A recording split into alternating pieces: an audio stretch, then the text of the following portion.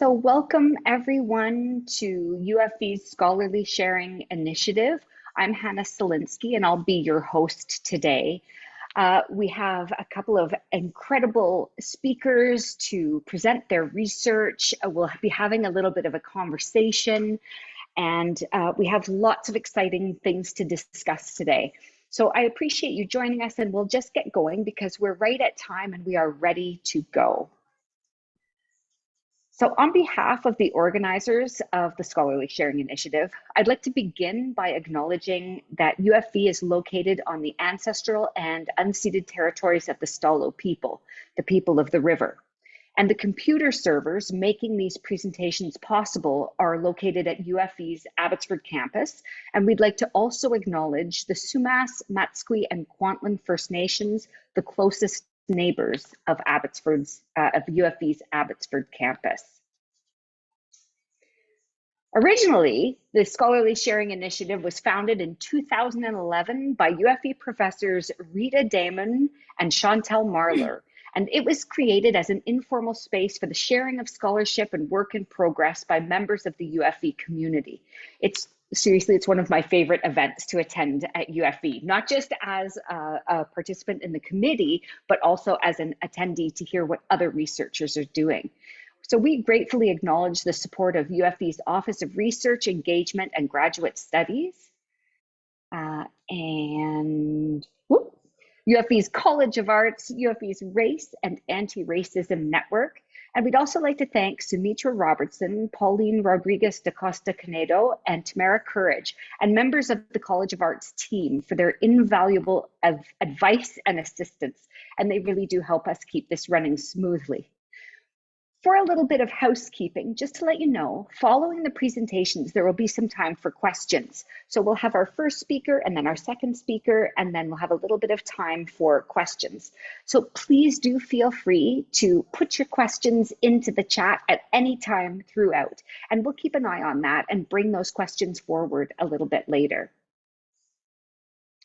The moderator will be a member of the organizing team, and they will read out the questions during the question period. And you can put your questions, as I said, in the chat anytime. No need to wait until the end. And this presentation, as you heard just a few seconds ago, is being recorded. Whoop, I'm going the wrong direction. So our first speaker is Dr. Ceilidh Hart. And she is giving a talk called The Canadian City Poet and the Civic Voice. So Ceilidh is an associate professor in the Department of English and teaches literatures in Canada. She connects recent Canadian literature to its 19th century precursors and explores with students the important conversations between texts that result. So I'm really looking forward to hearing what she's got to say today. And right now I will hand it over to Ceilidh. Thank you for joining us today. Yeah, thank you very much for having me. I'm happy to be here. And I'm going to use my time today to tell you about a book project, or the book project that I'm working on. And I'm actually really happy to have the opportunity to take a step back and think about the larger contours of the project too, because I've been in the weeds a little bit. So this is really good for me. Thank you for that. So in a nutshell, the book I'm writing is a study of the figure of the city poet in Canada.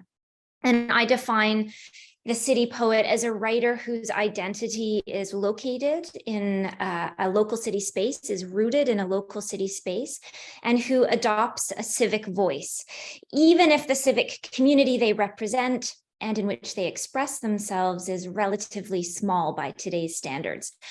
Even if, in fact, the city is on board a 19th century ship sailing around Cape Horn to the west coast of Canada. And I'll talk about that in just a few minutes. Broadly, I'm interested in understanding the symbiotic relationship between the city poet and the city itself.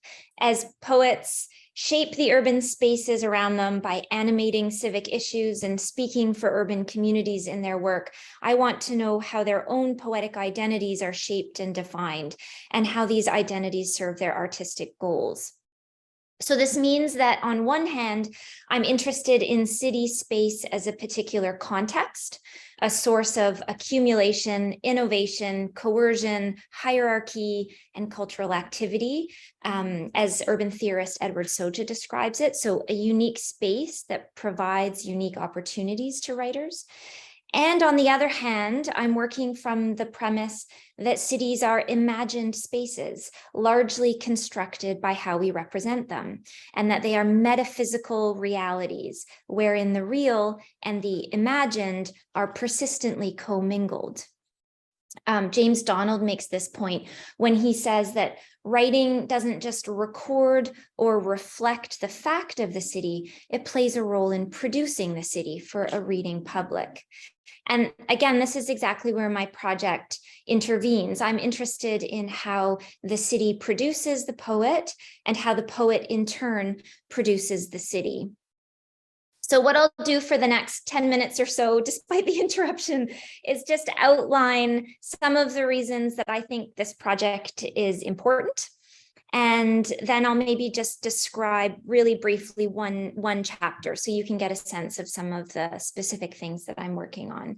And of course, I'd be happy to talk about other aspects of the project or answer any questions you might have later on. So there are three things that I really wanted to do with this project from the time I began envisioning it, and they largely form the project's theoretical underpinnings, but there are things that I'm really excited about. I'm excited about them because of their implications for scholarship in Canadian literature and their implications for teaching CanLit too. The first thing that I want to do with the book is to escape the pervasive nation-based framework that tends to define studies of literatures in Canada. There are a lot of complex reasons for the tenacity of this framework, and I won't go into them here, but it has meant that the local very often gets lost as a valuable consideration, along with diversities of voice and experience that might challenge national narratives. One of the things I want to show is that reading through the lens of the Canadian city rather than the nation can work towards reopening and unsettling what Will Smith calls consensus viewpoints in Canadian literary history. So reopening and unsettling consensus viewpoints in Canadian literary history.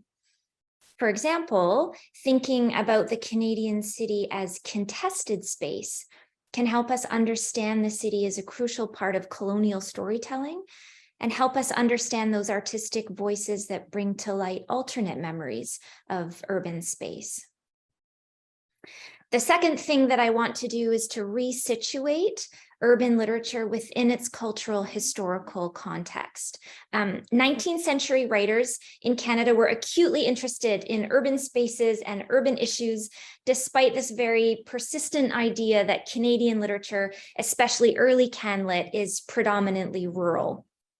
I want to explore the remarkable echoes I see between contemporary urban writers and their literary predecessors, showing that the gestures we now consider characteristic of contemporary urban poetics were substantially present in the 19th century, and address the fact that literary systems in this country, even in their early iterations, are urban institutions.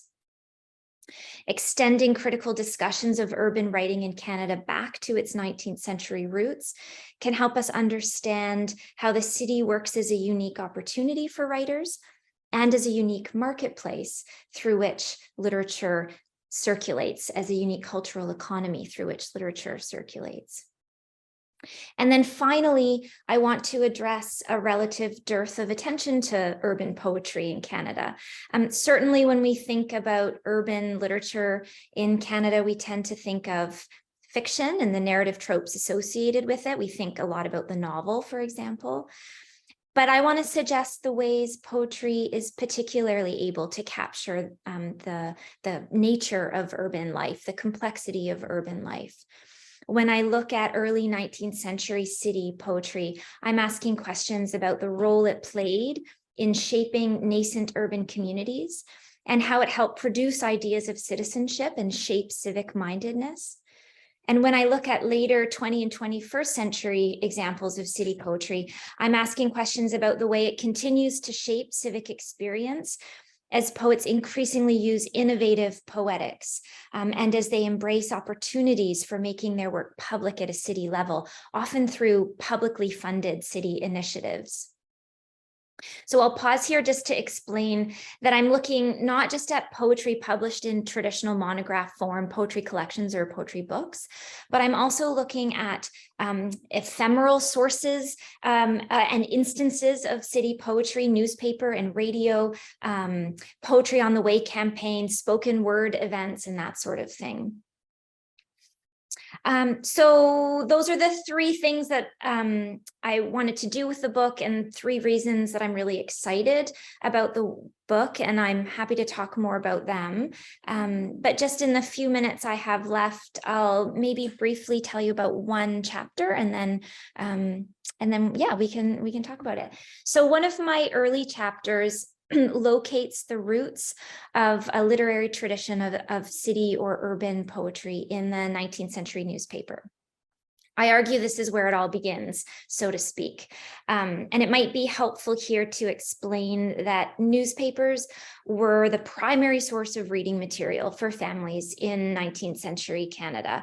They, even outside of the public library, they are full of literature, short stories, biographies, serialized long fiction, lots and lots and lots of poetry. So they're really important to early Canadian literary culture in that regard. But 19th century newspapers also played a pedagogic function. They were seen as essential parts of civic life. Even more than that, they taught readers the rules of the city. And they could do that because they were deeply rooted in the cities in which they were located. They aimed to speak to and for the city, and they quite explicitly endorsed those poetic voices that reflected their aims. All that is to say that city newspapers emphatically established a public role for the poet in the city. And I'll give you a quick example. The Toronto newspaper, the Evening Telegram, had a regular and widely popular column, poetry column, through the 1890s called Ballads of the City. It was written by a poet named Robert Kirkland Kernaghan. His pen name was The Con. And in his regular column, Ballads of the City, The Con wrote poetry about current events in Toronto. He weighed in on debates raging at City Hall. He criticized city officials. He commented on issues around municipal elections. And so that symbiotic relationship between the poet and the city is really clear in this case. Kernaghan shaped the city and civic identity through his city ballads, but he also exploited the opportunity the newspaper offered to define himself professionally and artistically. His poetic persona was enabled by the city's focus on, by the paper's focus on the city itself. In this chapter, I'm looking at city newspapers that were well established in large urban centers. The Evening Telegram is a good example, that Toronto paper. But I'm also looking at much smaller papers that emerged in what we might consider nascent urban communities, but that still intentionally supported local poetic voices and shaped a civic reading public in lasting ways as they did so. And so one example here is a newspaper called the Emigrant Soldiers Gazette and Cape Horn Chronicle. And I had some photos to show you, and I'll hold those off if anybody's interested in later.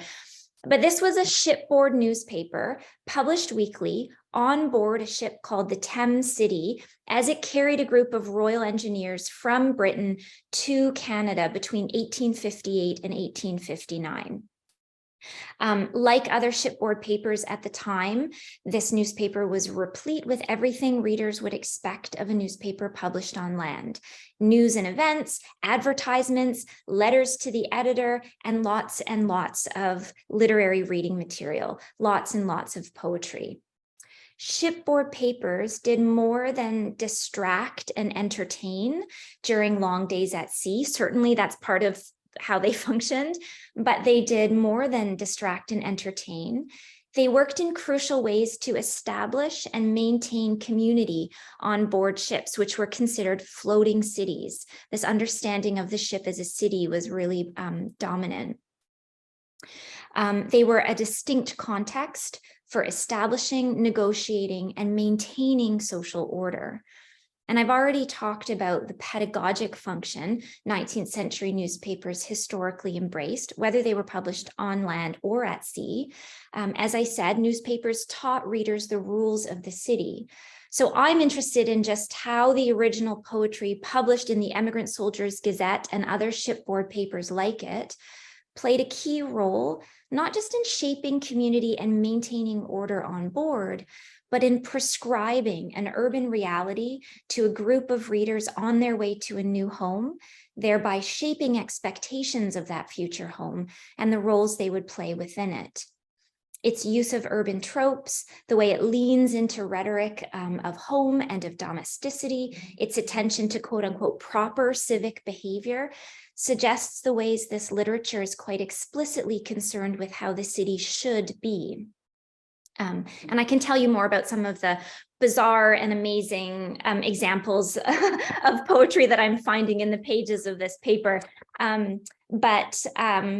This literature is participating in the newspaper's civilizing mission. And in that way, it's wrapped up with the settler colonial goals of 19th century imperial Britain. And I find that, that really fascinating.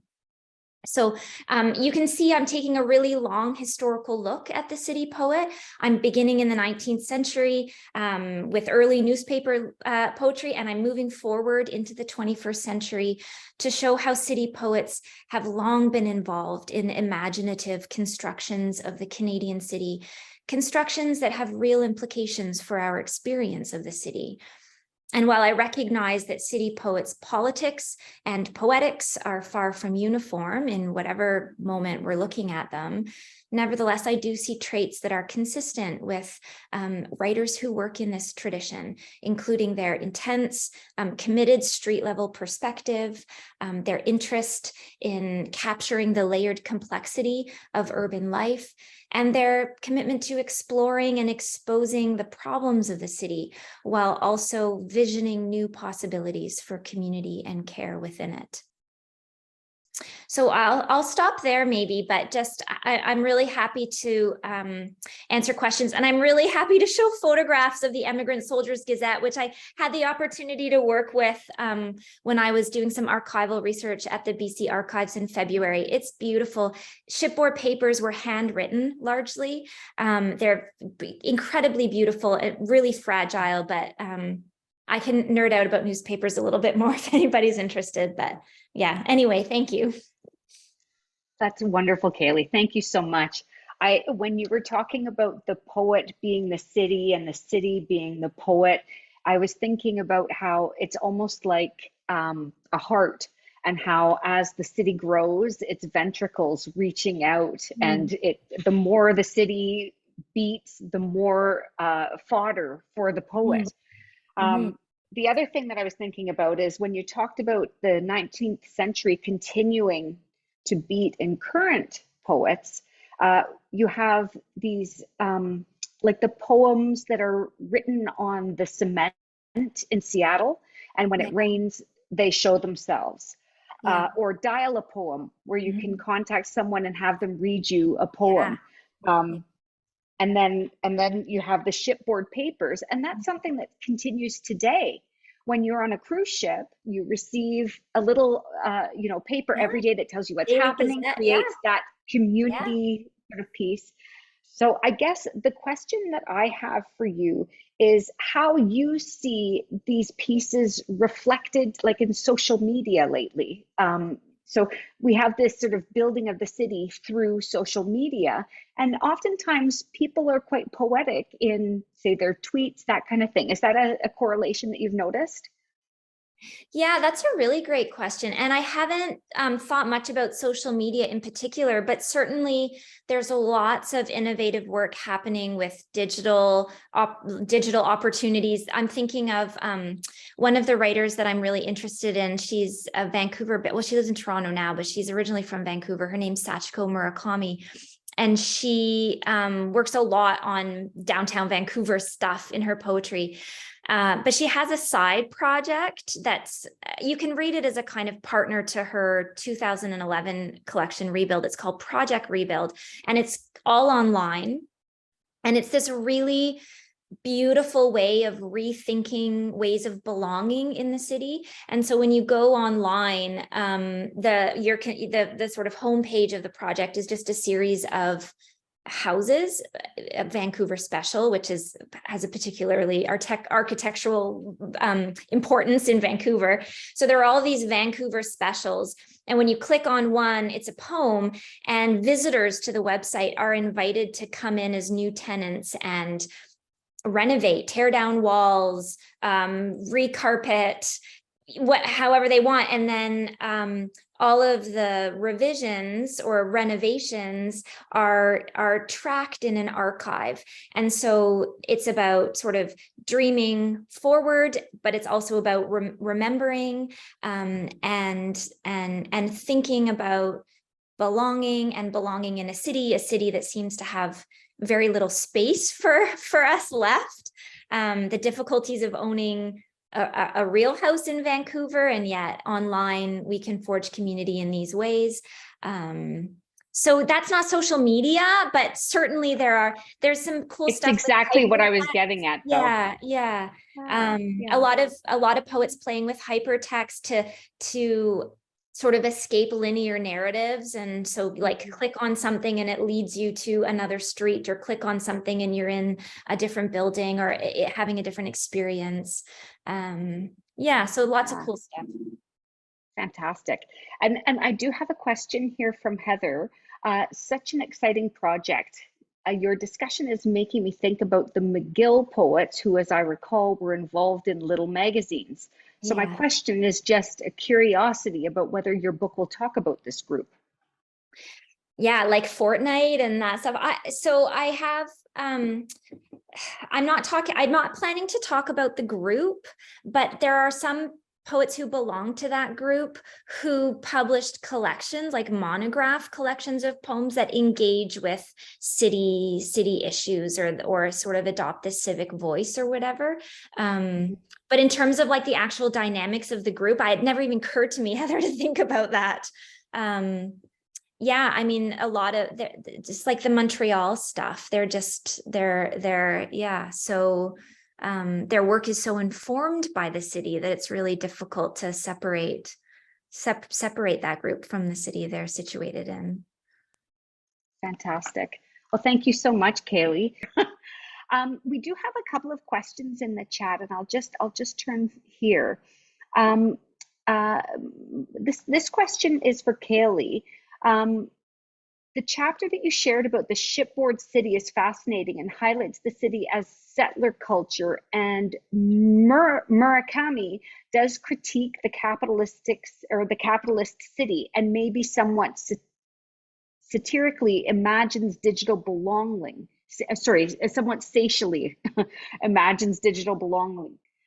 Does Ceilidh have a chapter that is looking explicitly at decolonial writing of the city? And if so, what does that look like so far? I have a chapter where I'm thinking about the city as contested space. And this is a really wonderful opportunity to think about narratives that like alternate memories of city space or whatever. Murakami would fit really well in this chapter, but I'm thinking of another example of Winnipeg-based Métis poet Katarina Vermette, who her book North End Love Songs is one that I love and that I'm going to write about in the book.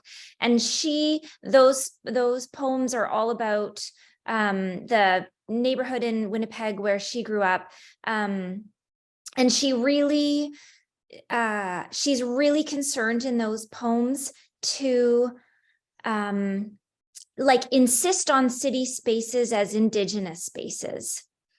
And so like the presence of the Indigenous body, especially the Indigenous female body in urban spaces, is a really big part of her project. Yeah, and then there's lots of ways to think about that too. The way the role the city played, specifically the city played in settler colonialism. It was sort of ground zero. Critics talk about that.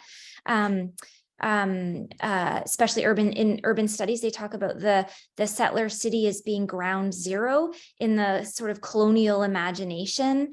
And so what happens when we reimagine cities as indigenous spaces? Yeah, I don't know. I think that question's coming from Melissa. I'm not sure if that answers the question or not. But anyway, yes, I am thinking about these things. Yeah. Excellent. So I'm just going to quickly close us out with a final little piece of information for those of you who are attending today.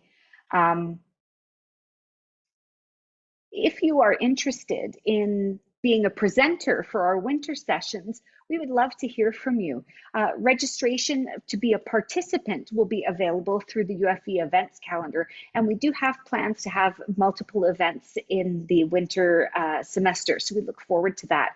And many thanks to our other committee members, Alex Wetmore, Rita Atake, Melissa Walter, and Amy Tang. We appreciate everything that you've done to allow today. And thank you so much to Suman and Kaylee for your talks today. We genuinely appreciate your time.